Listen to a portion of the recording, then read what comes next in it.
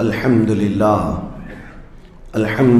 الحنان المنان الذي خلق الإنسان وعلمه البيان والصلاة والسلام على رسوله سيد الإنس والجان وعلى آله وأصحابه ذوي الخير والإحسان أما بعد فأعوذ بالله من الشيطان الرجيم بسم الله الرحمن الرحيم كل نفس ذائقة الموت وإنما توفون أجوركم يوم القيامة فمن زحزح عن النار وأدخل الجنة فقد فاز وما الحياة الدنيا إلا متاع الغرور صدق الله مولانا العظيم۔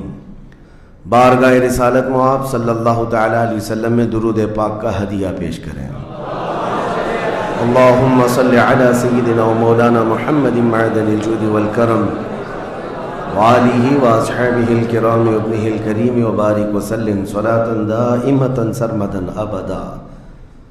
عزیزان گرامی وقار، ہماری زندگیاں اللہ تبارک و تعالیٰ کی طرف سے عطا کی ہوئی ایک بہت شارٹ پیریڈ میں، تھوڑے سے لمحات میں امتحان کے میدان میں چل رہی ہیں، اور اللہ نے قرآن میں فرمایا ہے خلق الموت والحیات لیبلوکم ایکم احسن عملا۔ اس نے موت اور زندگی اس لیے بنائی ہے تاکہ تمہیں پہچانے، تاکہ تمہیں آزمایا جائے کہ تم میں سے اچھے عمل والا کون ہے۔ ہم دارالعمل اور دارالامتحان میں ہیں۔ یہ زندگیاں بہت تیزی سے ہماری گزرتی چلی جائیں گی، اور وہ فرمان مخبر صادق صلی اللہ تعالیٰ علیہ وسلم آپ کے حوالے کرتا ہوں۔ حضور پاک صلی اللہ علیہ وسلم نے فرمایا ایک دور آئے گا قیامت کے قریب جب بچے جوان نظر آئیں گے اور جوان بوڑھے نظر آئیں گے۔ یہ وہی دور ہے۔ چھوٹے سے چھوٹے بچوں کو دیکھیں، وہ جوانی کی باتیں کرتے ہیں۔ پچھلے دور میں جوانوں کو جو باتیں معلوم نہ ہوتی تھیں، وہ آج کے 5 سال 6 سال کے بچوں کو ساری چیزیں معلوم ہیں۔ یہ مکمل موبائل آپریٹ کرنے کی تعلیم ان کو ہم سے زیادہ آتی ہے۔ یہ اس قدر جوان نظر آتے ہیں، اور جو جوان ہیں وہ جوانی میں تھک چکے اور بوڑھے لگنے لگ گئے، اپنے ہاتھوں جوانی برباد کیا اور بڑھاپا ان کے چہروں پر نظر آنے لگ گیا۔ تو یہ قیامت کی وہ اس نشانی کے بارے میں جو حضور نے فرمایا تھا وہ دور آ چکا۔ لیکن میں آپ کے سامنے ایک بات عرض کر رہا ہوں، تم بیٹھو گے تو بھی زندگی گزرے گی، لیٹو گے تو بھی گزرنی ہے، دوڑو گے تو بھی گزرنی ہے، فیصلہ تمہارے پاس ہے۔ زندگی یوں گزر جائے گی، اور پھر وعدہ الہی آ جائے گا جس کو اللہ نے فرمایا ہر نفس کو موت کا مزہ چکھنا ہے، دنیا سے جانا ہے، اور تمہارا جو کچھ بھی اجر ہے اللہ کے ہاں قیامت کے دن دیا جائے گا۔ اور پھر جو شخص دوزخ سے بچا لیا گیا اور جنت میں داخل ہوا، وہی سب سے کامیاب زندگی گزارا۔ کامیاب ہے کون؟ وہ قیامت کے دن پتہ چلے گا۔ ہمارا دوزخ سے بچ جانا اور جنت میں داخل ہو جانا، یہی کامیابی ہے۔ اور اللہ تعالیٰ فرماتا ہے وَمَا الْحَيَاةُ الدُّنْيَا إِلَّا مَتَاعُ الْغُرُورِ۔ میرے اس پورے عنوان کا یہ حصہ اہم ہے۔ اللہ فرماتا ہے اور دنیا سوائے دھوکے کے سامان کے کچھ نہیں۔ جس نے دنیا بنائی وہ خود فرما رہا ہو، جو اس کائنات کا خالق ہے وہ خود فرما رہا ہو، یہ دنیا دھوکے کے سامان کے علاوہ کچھ نہیں۔ یعنی یہاں پر انسان اکثر دھوکہ کھا جاتا ہے۔ دھوکے کا مطلب یہ نہیں ہے کسی دوست سے دھوکہ کھا رہا ہے، بلکہ وہ پوری اپنی زندگی میں دھوکہ کھایا ہوا ہے۔ جس چیز کو اسے حاصل کرنا تھا دنیا نے اس کا منہ موڑ کر کسی اور چیز میں لگا دیا ہے۔ یہ دھوکہ نہیں ہے تو اور کیا ہے؟ میں آپ کو ایک بات بتا دوں، آپ گھر سے نکلے تھے، سامان سب باندھ کر کے دلی جا رہے تھے، اسٹیشن پر کسی نے پکڑ لیا اور کہا آؤ چلو میں تمہیں ٹرین میں بٹھا دیتا ہوں، اور اس نے تمہیں دلی کی ٹرین کی بجائے تمہیں مدراس کی چنئی کی ٹرین میں بٹھا دیا، بیٹھ گئے تم۔ مجھے یہ بتاؤ یہ دھوکہ ہوا کہ نہیں ہوا تمہارے ساتھ؟ بہت بڑا دھوکہ ہوا کہ منزل تمہاری کہیں اور تھی، تم کہیں اور چل پڑے. دیکھنے کو ٹرین سیم دکھ رہی تھی، تم نے اس کی بات کا یقین کیا اور بیٹھ گئے، اور جب پہنچے تو پتا چلا نہیں میں تو دلی پہنچا ہی نہیں، میں چنئی آ گیا. زندگیاں اسی طرح سے گزر رہی ہیں. تم جس راستے پر چل رہے تھے اصل تمہاری منزل مدینہ طیبہ ہے، تمہارا سفر حضور پاک کے قدموں تک پہنچنا ہے، لیکن ایرا غیرہ آتا ہے اور تمہیں کسی دوسرے ٹریک پر ڈالتا ہے اور تم چل پڑتے ہو اس کی بات پر. اسی لیے قرآن نے کہا یہ دھوکے کے علاوہ کچھ نہیں ملتا یہاں پر. دنیا اور دنیا داروں پر تم کبھی بھروسہ نہ کرنا، تم اپنی منزل پر ہمیشہ توجہ رکھنا. تمہاری منزل یہ نہیں ہے. اسی لیے شاعر نے کہا تھا غلط روی سے منازل کا بعد بڑھتا ہے، مسافروں روش کارواں بدل ڈالو. تم ٹیڑے میڑے چلتے رہو گے تو منزل لمبی ہو جائے گی، فاصلہ دور ہو جائے گا. اس لیے چلنے کا طریقہ بدل ڈالو، تمہارا سفر آسان بھی ہو جائے گا اور منزل جلدی پہنچ جاؤ گے. اب جو بات مجھے کہنی تھی وہ یہ ہے، زندگی جب اتنی شارٹ ہے اور آزمائش کے لیے تمہیں یہاں بھیجا گیا ہے، تو مجھے ان نوجوانوں کو دیکھ کر کے کبھی درد ہوتا ہے جو رات بھر نکڑ پر بیٹھ کر کے اپنے وقت کو ضائع کر رہے ہوتے ہیں، جن کی زندگیاں انہوں نے اپنی جوانیاں اپنے ہاتھوں سے برباد کر رکھی ہیں. تمہیں پتہ ہے ایک رات جو ہماری زندگی میں آئی، آج کا دن تم کروڑوں دولتیں لگا دو، یہ دن دوبارہ کبھی نہیں آئے گا. تمہاری زندگی میں کیا قیامت تک واپس نہیں آنا ہے اس دن کو. دنیا چل پڑی ہے، پیچھے کی طرف کبھی نہیں آئے گی. اللہ کا قانون ہے، یہ جو وقت گزر رہا ہے ہمارا دوبارہ ہماری زندگی میں کبھی نہیں آنا ہے. لیکن کتنے مزے سے، کتنے ٹھاٹ باٹ سے نوجوان، ہاتھ میں کچھ نہیں، آس پاس کچھ نہیں، عمل بھی کچھ نہیں، ایسے بے فکرے ہو کر کے زندگی گزارتے ہیں. تو سوچنا پڑتا ہے جس امت کو پوری دنیا آگ میں جھلسا چکی ہو، پوری دنیا اس امت کو اپنے نشانے پر رکھی ہو، اس امت کا غیور نوجوان رات بھر گیم کھیلتے ہوئے گزارتا ہے، اسے کسی چیز کا احساس نہیں. مجھے بتاؤ کیا ہماری کیفیتیں ایسی نہیں ہو گئی ہیں جیسے برائلر چکن ہوتے ہیں، فارم مرغیاں ہوتی ہیں، ان مرغیوں میں سے قصاب کسی کو بھی پکڑتا ہے کاٹتا ہے، دوسری مرغیاں تو چرنے میں مصروف رہتی ہیں، کوئی آواز نہیں ان کی. ایک مرغی کٹی، دوسری مرغی کٹی، وہ کٹتی چلی جاتی ہیں، باقی مرغیوں کو کسی چیز کا احساس نہیں. کیا یہ زندگی گزارنے کے ایسی طریقے نہیں ہو گئے؟ آج ہمیں روز اٹھنے کے بعد ایک نیوز پہنچائی جاتی ہے کہ تمہیں کاٹا گیا، تمہیں مارا گیا. نہ جانے ہم کتنی مسجدوں کے مینار گرتے ہوئے دیکھ رہے ہیں، کتنے اولیاء کاملین کے مزارات کو جلا کر خاک کرتے ہوئے دکھائے جا رہے ہیں. اور ہمارے امت کے ساتھ ہی نہیں، بانی اسلام کی عزت کے ساتھ مذاق، یہ روزانہ نہیں چل رہا ہے. یہ تمام حالات کے بعد اب مجھے فکر اس بات کی ہوتی ہے، میاں جب ہمارے گھر میں جنازہ رکھا ہوتا ہے تو ہم کھانا تک نہیں بناتے چولہے پر گھر کے اندر، اور جب امت پر ایسے حالات گزر رہے ہوں تو کیا اس نوجوان کو یہ زیب دیتا ہے کہ وہ عیاشی میں رات گزارے؟ کیا اسے یہ زیب دیتا ہے کہ وہ نکڑ پر بیٹھ کر پوری رات کو تباہی کے اڈے پر گزارے؟ تمہارے ہاتھ میں تاش کے پتے، تمہارے ہاتھ میں شراب کی بوتلیں کیسے آ گئیں؟ یہ امت وہ ہے، تمہیں میں بتاؤں، جنگ تبوک ایک جنگ ایسی ہے حضور پاک صلی اللہ تعالی علیہ وسلم کی زندگی پاک میں 900 کلومیٹر کا فاصلہ ہے مدینہ طیبہ سے. ہوا یہ تھا کہ ایک صحابی رسول حضور صلی اللہ تعالی علیہ وسلم کے قاصد بن کر جا رہے تھے، اور بیچ راستے میں ایک عیسائی بادشاہ کے گنڈوں نے اس صحابی رسول کو گرفتار کیا اور ان کو ٹکڑے ٹکڑے کر قتل کر دیا. موب لنچنگ اس زمانے میں بھی ہو رہی ہوتی. یہ خبر جیسے ہی مدینہ طیبہ پہنچی، وہ لوگ ایسے نہیں تھے کہ انا للہ پڑھ کر خاموش ہو جاتے ہیں. صحابہ کرام کا جم غفیر مدینے میں جمع ہوا. عرض کیا یا رسول اللہ صلی اللہ علیہ وسلم آپ کا حکم کیا ہے؟ نبی کریم صلی اللہ تعالی علیہ وسلم نے صحابہ کرام کو بھیجا. اس میں سپہ سالار کی تعداد کئی صحابہ کی تھی، اور جب یہ لشکر جرار مدینہ طیبہ سے نکلا 900 کلومیٹر دور چل کر کے گئے اور وہاں جا کر کے جن لوگوں نے حضور کے ایک غلام پر ہاتھ اٹھایا تھا ان کے بخیے کھڑا کر دیے اور ان کو الٹ پلٹ کر کے آئے اور لوگوں کو یہ میسج دیا تھا کبھی حضور کے غلاموں کی طرف چھیڑخانی نہ کرنا ورنہ پورا مدینہ باہر آ جائے گا. یہ یونٹی، یہ اتحاد، ان کے اندر یہ احساس میرے آقا صلی اللہ تعالی علیہ وسلم نے پیدا کر رکھا تھا کہ کل مؤمن جسد واحد. حضور صلی اللہ تعالی علیہ وسلم نے فرمایا کہ پورا جتنے مومن ہیں وہ سب ایک جسم کی طرح ہیں، ایک جسم کی طرح ہے. اذا اشتکى عضو تداعى له سائر الجسد بالسحر والحمى.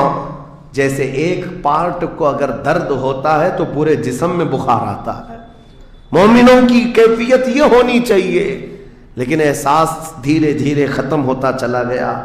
آج ہماری پستی کا ایک سبب یہ بھی بتایا جاتا ہے جس کو شاعر نے کہا تھا قوت فکر و عمل پہلے فنا ہوتی ہے جب کسی قوم کی شوکت پہ زوال آتا ہے.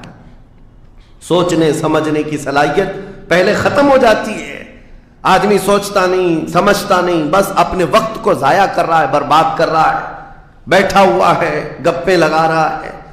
میں آپ کو بتاؤں ہماری عمروں کا احتساب ہونا چاہیے. ہماری زندگی کو گن کر کے دیکھیں کتنے سال کے ہیں ہم. 25 سال، 30 سال، 35 سال، 40 سال، اور اس کے بعد گنو ہم سے کیا ہو سکا ہے اس دنیا میں.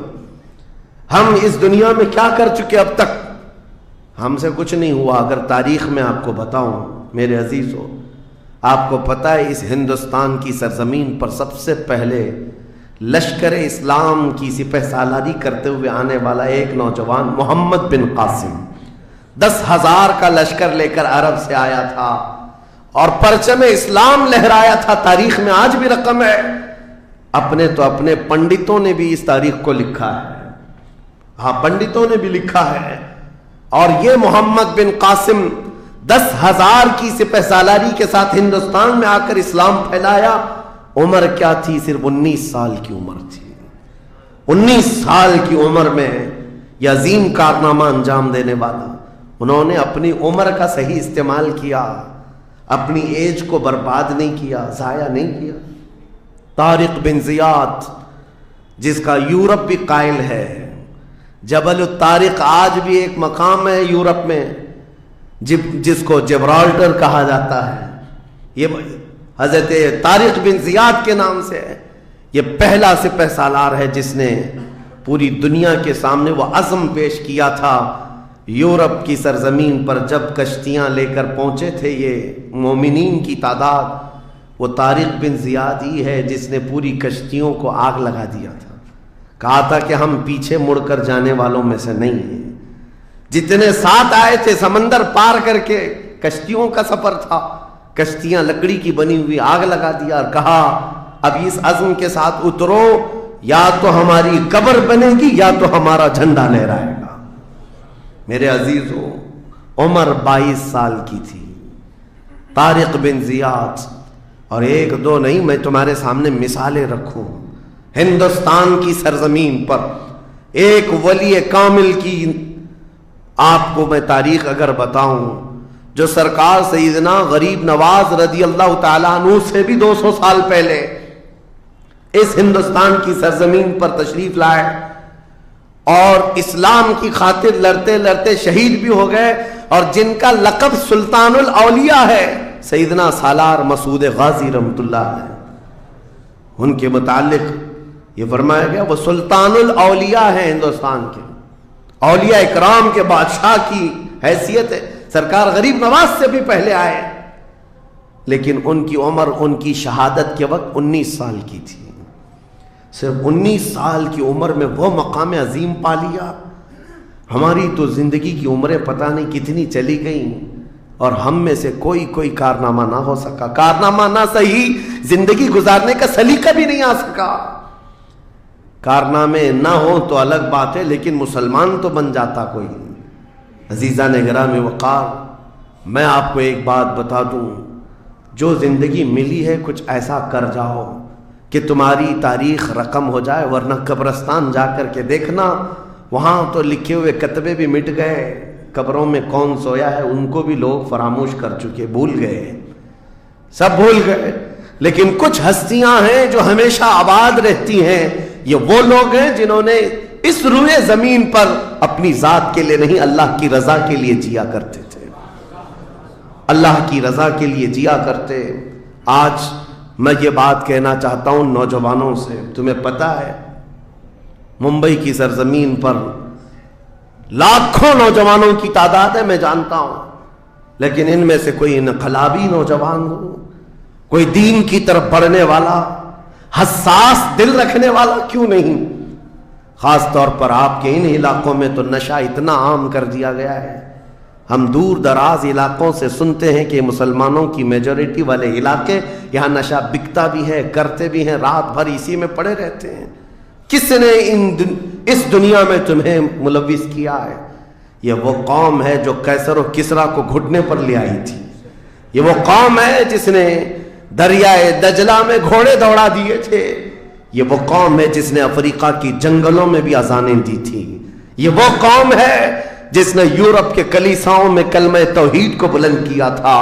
لیکن آج اسی قوم کی حال یہ ہے کہ دنیا ہر گھڑی ہمارے اعمال کو نشانہ بنا کر کے ہمیں ڈیگریڈ کرتی جا رہی ہے.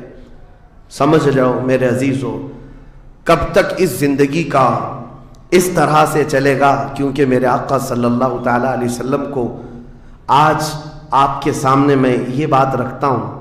حضور اکرم صلی اللہ تعالیٰ علیہ وسلم کو آپ کیا سمجھتے ہیں؟ اپنی قبر انور میں وہ زندہ ہیں؟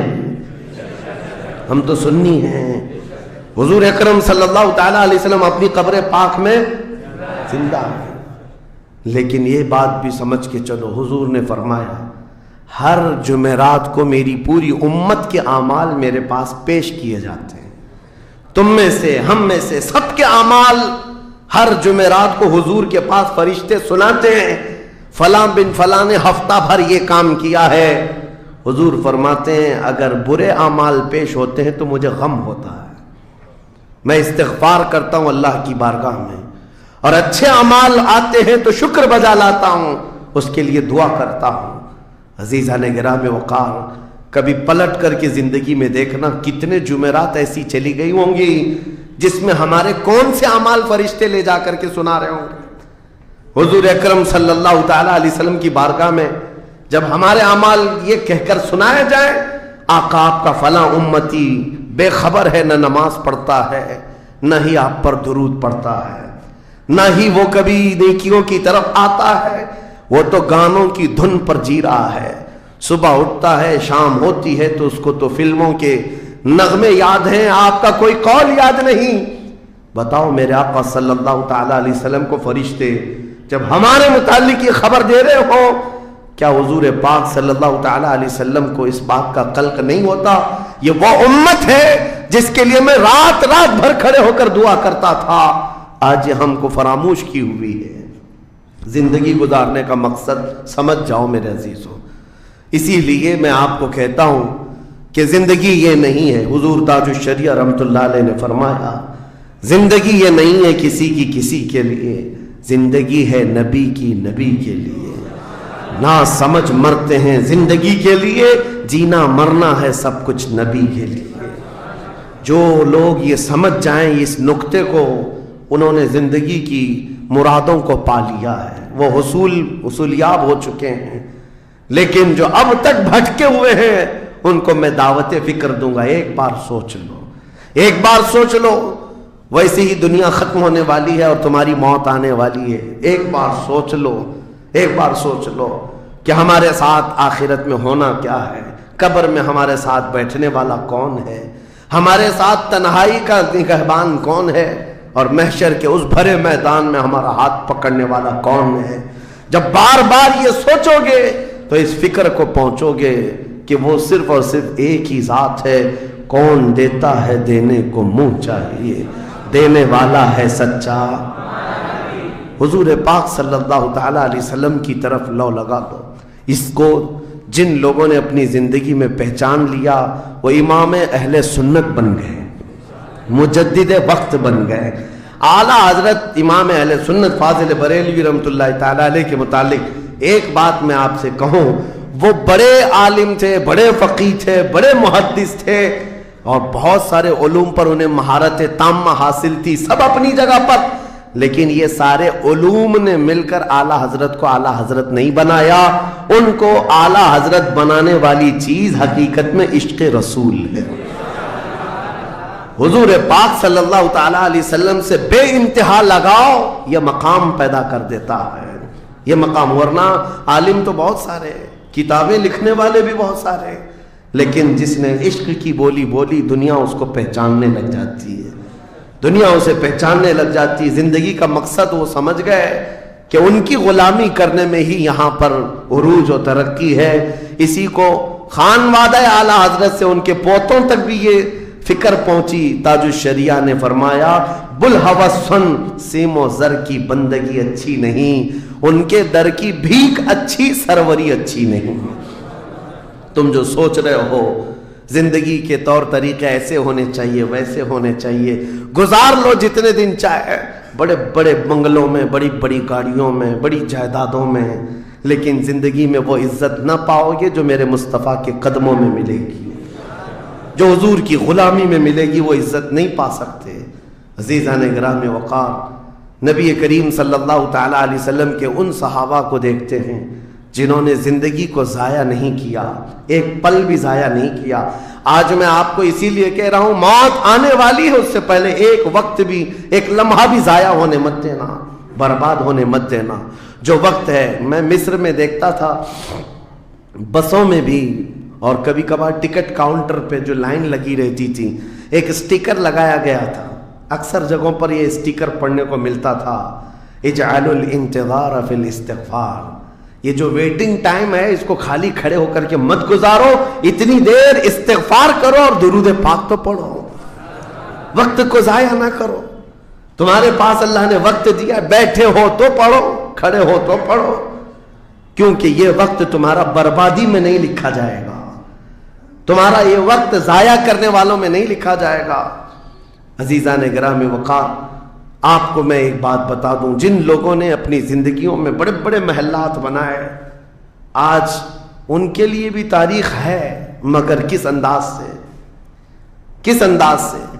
آج دنیا نے آپ کو ایسے ڈائیورٹ کر رکھا ہے، جو کام ہونے کے تھے وہ نہیں کرنا ہے آپ کو، لا یعنی کاموں میں مصروف ہو گئے. جو چیز تمہارے حصے کی تھی نہیں اس پر انرجی خرچہ کرتے رہ گئے، اور جو چیز تمہارے کام کی تھی اس کو تو بھول ہی گئے.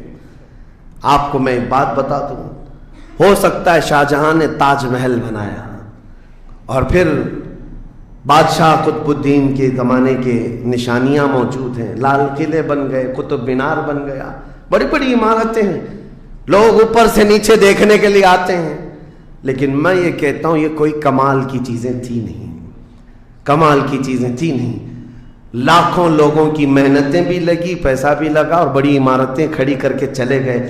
ہزاروں کی تعداد میں تاج محل میں لوگ جاتے ہوں گے. تاریخ تو لوگوں کو تھوڑی بہت تو پتہ ہوگی کہ اپنی بیگم کی محبت میں بنایا ہوا ایک محل ہے اور بیگم کی قبر بھی وہاں ہے، لیکن جانے والے کبھی کسی کو سنا ہی نہیں کہ ایک فاتحہ بھی کوئی پڑھتا ہوا نظر آتا ہے. وہ تو پکنک پوائنٹ ہے، ٹورسٹ ایریا ہے، جائے دیکھے آئے.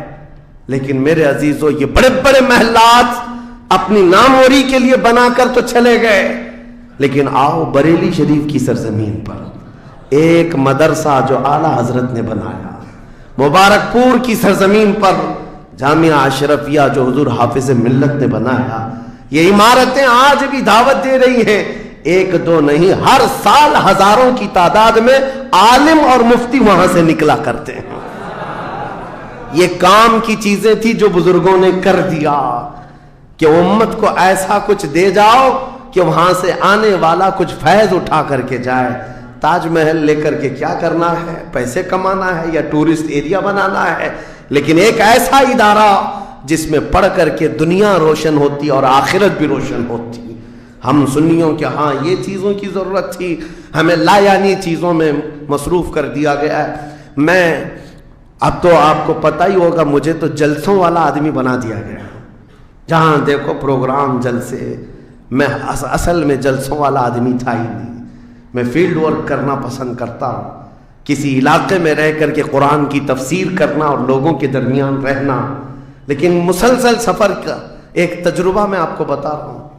ہوں گے یہاں پر بھی بہار بنگال والے، سب ہوں گے، بہار والے، بنگال والے، جھارکھنڈ والے اتنے جلسے کرتے ہیں، 365 دن بھی اگر ان کو تاریخ دی جائے تو بھی کم ہے. ایک اینالائز کرنے والے بہار کے رپورٹر ہیں، انہوں نے رپورٹ لا کر کے ہمارے سامنے بتائی کہ حضرت 2022 میں اسٹیٹ آف بہار میں 4000 جلسے ہوئے. 4000 جلسے. میں ان کا مخالف نہیں ہوں، لیکن ایک فکر آپ کو بتا رہا ہوں. 4000 جلسے، جن میں سے ہر جلسے کا کم سے کم خرچہ 5 لاکھ روپے، اس سے کم خرچہ کرتے نہیں. 6 مہینے چندہ کرتے ہیں، اس کے بعد بڑا جلسہ کرتے ہیں. کیلکولیشن کر کے دیکھا گیا تو سال میں 2000 کروڑ روپے خرچے ہوئے. 2000 کروڑ روپے. میرے عزیزوں، ٹھیک ہے یہ سب اپنی جگہ پر، لیکن پورے اسٹیٹ پر گھوم کر کے دیکھیں تو مسلمانوں کے نام کی ایک یونیورسٹی بھی نہیں ہے، کوئی ایک بڑا ادارہ نہیں قائم کر سکے. 2000 کروڑ کی بھاری رقم سال بھر خرچ کرنے والا غریب اسٹیٹ جس کو لوگ سمجھتے ہیں. میرے عزیزوں، میں یہ بات اس لیے عرض کر رہا ہوں، جن چیزوں میں تمہارا ذہن الجھ گیا یہ وہ تمہارے کام کی نہیں تھی. اعلیٰ حضرت نے بہت پہلے فرمایا تھا، یہ دنیا کا حال یہ ہے، شہد دکھائے زہر پلائے. یہاں پر چکا چوند دکھنے والی چیزیں وہ تمہارے حق کی نہیں ہے. اور ممبئی والے کیا کرتے ہیں؟ وہ تو بہار والے جلسوں میں ہیں. ممبئی والے کھچڑا کمپٹیشن کرتے ہیں. ہاں، اس محلے میں 51 دیگ بنی ہے تو ہمارے ہاں 60 دیگ بنے گی، 70 دیگ بنے گی. اور کھاتا کون ہے؟ جو پہلے سے کھائے ہوئے لوگ ہیں. دن بھر 5 ٹائم کھانے والے لوگ ہی کھچڑا کھا رہے ہیں. ثواب تو ان کے لیے تھا اس غریب کو کھلانے پر جس کے گھر میں ایک روٹی ہے تو دوسری روٹی نہیں ہے. کھلانا بالکل ثواب ہے، حدیثوں میں ملتا ہے. کھلانے سے بڑھ کر کے ثواب نہیں ہے، پہنانے سے بڑھ کر. سرکار غوث پاک کا یہ فرمان بھی ہے، میں نے ساری نیکیوں کو الٹ پلٹ کر کے دیکھ لیا، رحمان کو 2 نیکیاں سب سے زیادہ پسند ہیں، ایک بھوکوں کو کھلانا، ننگوں کو پہنانا. یہ 2 چیزیں. لیکن یہاں پر کن لوگوں کو کھلایا جا رہا ہے؟ ہم ہی لوگ تو کھاتے ہیں. ہمارے گھر میں بھی کھانا بن رہا تھا، ایک دن سڑک پہ بنا لیا، انٹرٹینمنٹ کر رہے ہیں. اور اس پر آپ یہ نہ سمجھیں کہ میں ان تمام چیزوں کا مخالف ہوں. کرو، جتنی حیثیت ہے اتنی کرو، لیکن یہ نہیں ہے کہ ہمارا سارا کا سارا دار و مدار اسی پر ہے. سنیت اسی کا نام نہیں. ہونا تو یہ چاہیے تاکہ ہمارے پاس ایسا مضبوط قلعہ ہوتا جو ہر زمانے میں میرے مصطفیٰ کی عزت پر پہرا دینے والے سپاہی وہاں پر تیار ہو رہے ہوتے. ہمارے پاس نہیں ہے ان تمام چیزوں کی. اس لیے مجھے درد ہوتا ہے اس بات کا کہ ہم نے جن چیزوں کے لیے اللہ تعالیٰ سے امانت لی تھی، ہمیں اللہ تعالیٰ نے نوازا تھا، وہ ہماری رقم بھی غلط جگہ جاتی، ہماری زندگی کا وقت بھی غلط جگہ جا رہا ہے. عزیزان گرامی وقار، ان سب چیزوں کا سوال ہوگا قیامت کے دن ہم سے. ہر چیز کا سوال ہوگا. اگر ہم نے وقت کو ضائع کیا ہے اور اپنا مال بھی غلط جگہ استعمال کیا ہے، ہر جگہ ہماری پکڑ ہوگی، ہماری پکڑ ہوگی.